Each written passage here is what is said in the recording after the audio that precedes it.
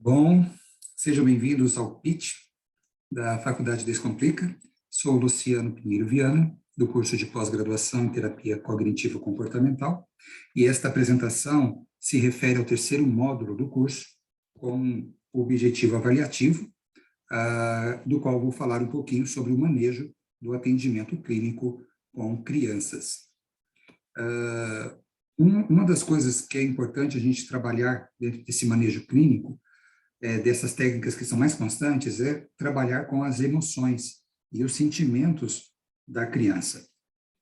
Porque as crianças nem sempre sabem identificar o que são sentimentos, o que são emoções. Elas podem confundir muito isso. Então, trabalhar emoção, trabalhar sentimento é fundamental, porque a criança ela não tem ainda uma assertividade correta do que ela sente. Ela pode confundir esses seus sentimentos, como, por exemplo, às vezes ela pode não ter dormido direito, e ela pode confundir isso como tristeza, como saudade, né? E então a gente precisa identificar melhor o que é isso. E a segunda técnica é a técnica da psicoeducação, na qual a criança, então, é psicoeducada sobre o que são as emoções, qual o papel que a criança tem, como essas emoções podem ajudar ou atrapalhar em seu desenvolvimento psicológico. É importante falar e ensinar a criança a saber compreender o significado de cada emoção e qual a função delas, para então elas se prepararem com antecedência para algumas situações, inclusive situações de medo. Um outro ponto que podemos trabalhar bastante com a criança é a dessensibilização. A dessensibilização sistemática para reduzir os padrões de medo que ela possa ter. É o entendimento sobre o que é o assunto de criança e o que pertence ao universo do adulto. Então, a criança precisa viver aquilo que é para ela, e ela não precisa se preocupar com as coisas que o adulto tem que se preocupar. E muitas vezes as crianças confundem isso quando elas passam por traumas dentro do próprio lar, principalmente. E aí elas acabam se sentindo tristes ou amarguradas. A exemplo, uma criança que eu atendo chegou a dizer que ela era a pior filha do mundo. E por quê? Através de um desenho, ela explicou, né, por que ela achava, que ela sentia isso, por que ela falou isso.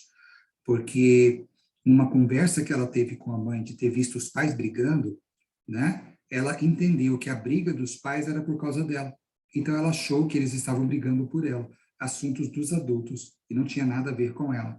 Mas ela interpretou aquilo como se ela fosse a pior coisa na vida deles.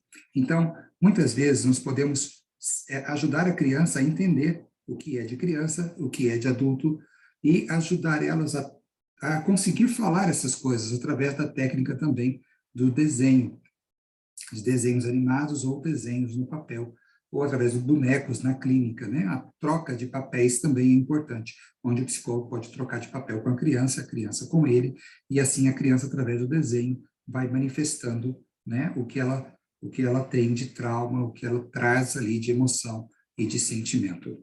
Então, como conclusão, os eventos traumáticos incluem, mas eles não se limitam às guerras, estupros, violência sexual, assalto, agressões físicas, entre outros.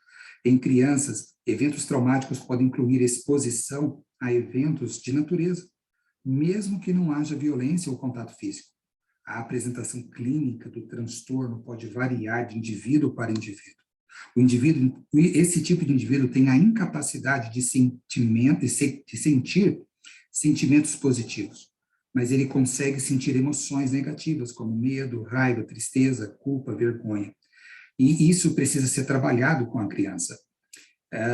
Esses sintomas podem se perder, né, ou podem perder a intensidade com o tempo, à medida que a vivência traumática for elaborada, né, vai restar para a criança, então, memórias. As memórias sobre os eventos e as reações fisiológicas que ela teve naquele trauma. Segundo o Pato,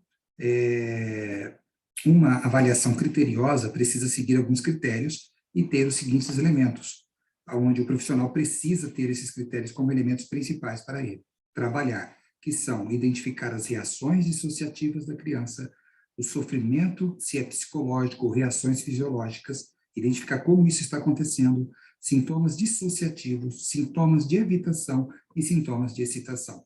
Bom, gente, é isso que eu poderia hoje transmitir devido ao tempo, mas gostaria, então, de compartilhar nossas referências bibliográficas de Peter Weiner e colaboradores, né, da TCC para Criança e Adolescência de Porto Alegre, e Pato, né, que falou a respeito da produção do fracasso escolar, histórias e submissão da rebeldia. E fico por aqui e até a próxima.